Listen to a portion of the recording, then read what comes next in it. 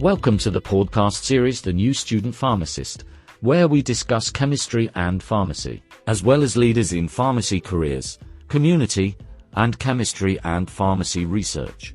We encourage you to support the work we are doing and follow us on Spotify and Apple Podcasts by subscribing for free. Note, the views on the podcast represent those of my guest and I.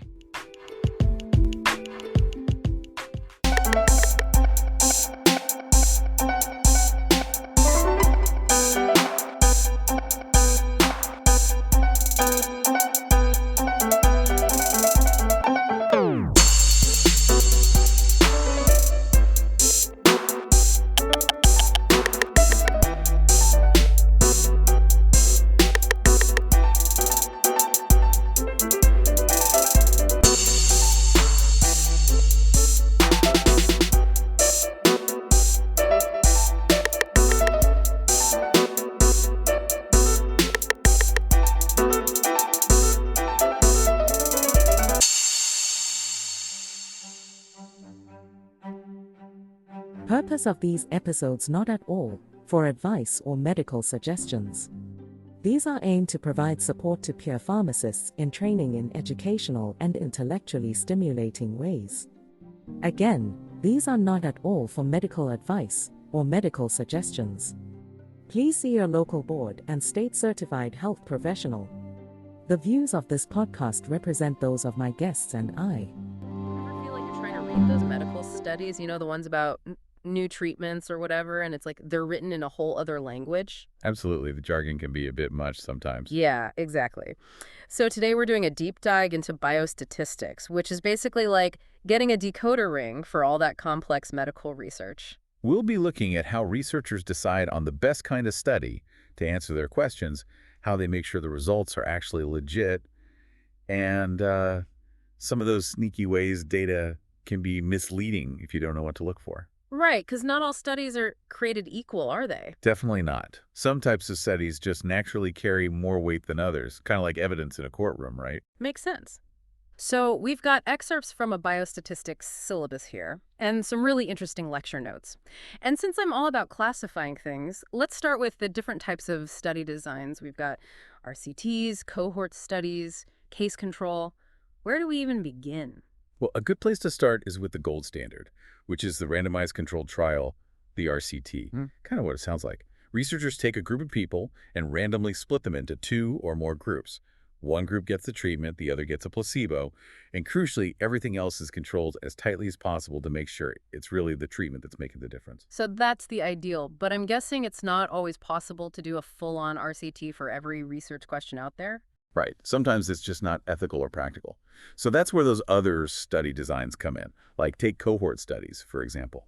They're big on observation. Researchers follow groups of people over a long period of time. Okay, so is that like those famous cholesterol studies everyone talks about? Exactly. Researchers followed groups of people, some taking cholesterol-lowering drugs and some not, to see how the meds affected their health in the long run. So with those, you're not telling people what to do, just kind of watching what happens naturally, right? Yeah, pretty much. Now, case control studies, those are like detective work.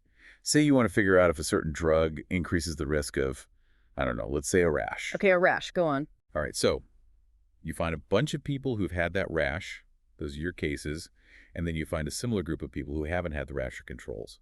And you compare their histories to see if the folks who had the rash were more likely to have taken that drug. And our syllabus actually mentions that whole Vioxx thing as an example of a case control study. Yeah. Researchers were trying to figure out if Vioxx increased the risk of heart attacks. So they looked back at the medical histories of people who'd had heart attacks and compared them to those who hadn't, trying to spot a pattern. Like, were the folks who took Vioxx more likely to have heart problems down the line? Fascinating stuff. So we've got RCTs, cohort studies, case control. Anything else our listeners might come across? Oh yeah, a couple more. Cross-sectional studies are like taking a snapshot. You're just looking at a group of people at one specific moment in time. So instead of watching a whole movie, it's like just seeing one still image. Exactly. It gives you some info, but not the whole picture. And then there are case reports and case series, which are kind of niche. Niche how? Well, they focus on just one patient, or maybe a handful of patients, who have something really rare or unusual going on.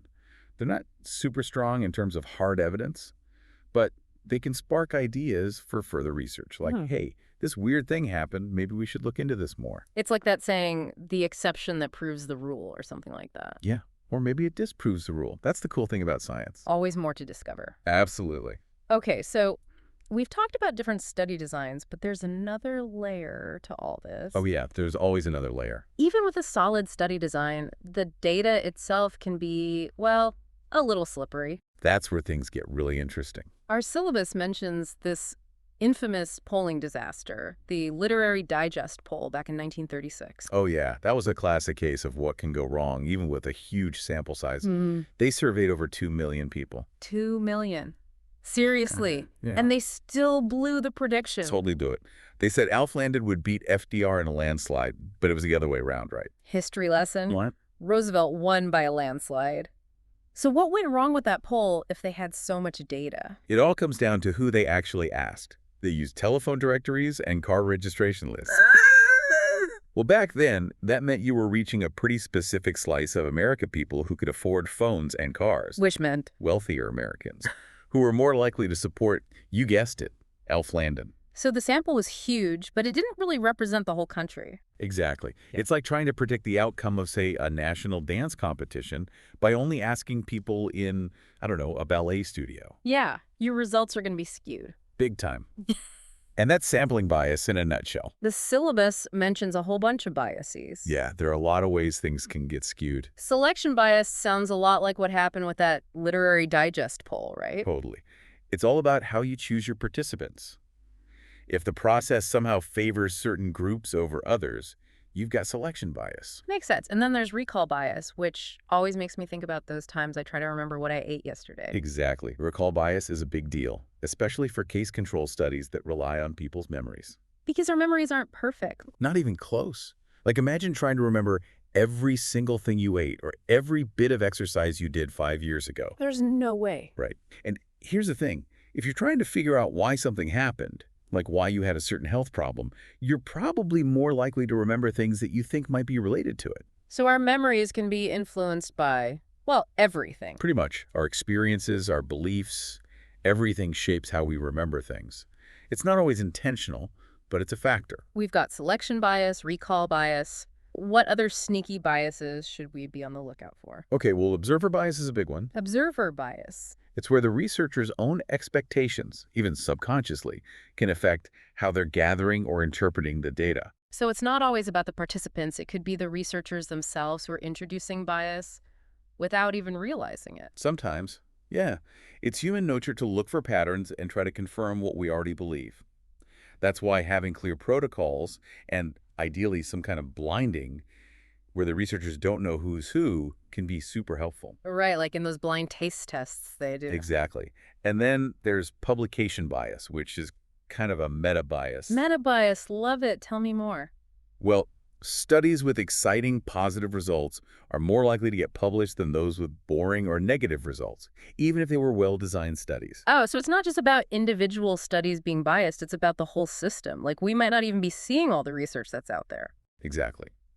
It's a bit like looking at a highlight reel. You're only seeing the most exciting bits, not the whole picture. Which is kind of unsettling when you think about it. Definitely something to keep in mind. Okay, so let's say we found a study that seems pretty solid, good design, representative sample, minimal bias. How do we actually know if the results are meaningful or just a fluke? Yeah, how can we tell if those results are the real deal or just random noise? Well, that's where statistical significance comes in. We need a way to separate the signal from the noise. And that's where those p-values come in. P-values. I've definitely heard those thrown around. Yeah, everyone's always talking about p-values. You probably heard of that magical 0.05 threshold. Vaguely refresh my memory. Basically, if the p-value is less than 0.05, it means there's less than a 5% chance that the results happened just by random chance. So we say, okay, this is probably a real effect, not just a fluke. Makes sense. But our material also mentions these things called confidence intervals. Yeah, confidence intervals, they're like the cool older sibling of the p-value. Cool. In what way? They give you more information, a bigger picture view. Think of it like this. You're trying to hit a target, right? Okay, I'm hitting a target. Go on. The p-value just tells you if you hit the target or not. But the confidence interval tells you how close to the bullseye you were. So it's not just, did you hit it, but how good of a shot was it? Exactly. Like, let's say you're looking at a study on the effects of a new blood pressure medication. The p-value might tell you, yep, the medication definitely lowers blood pressure. But the confidence interval adds more context. Yeah, it says, we're 95% sure that the medication lowers blood pressure within this specific range, say 5 to 15 points. So it's about the magnitude of the effect, not just whether there's an effect at all. You got it. Confidence intervals are great for that, and they're also super helpful when you're comparing different studies to each other. Oh, how so? Well, if the confidence intervals for two similar studies overlap, it means their results are probably pretty consistent with each other. But if the intervals don't overlap, it makes you wonder. Like maybe those studies weren't really measuring the same thing. Exactly. It's like trying to compare apples and oranges. You can count them both, but they're pretty different fruits. Right. And that's why context is everything when you're looking at research. You got to look at the big picture, not just the numbers in isolation. Okay, so we've covered a ton of ground here, from study designs and all those pesky biases to the power of confidence intervals.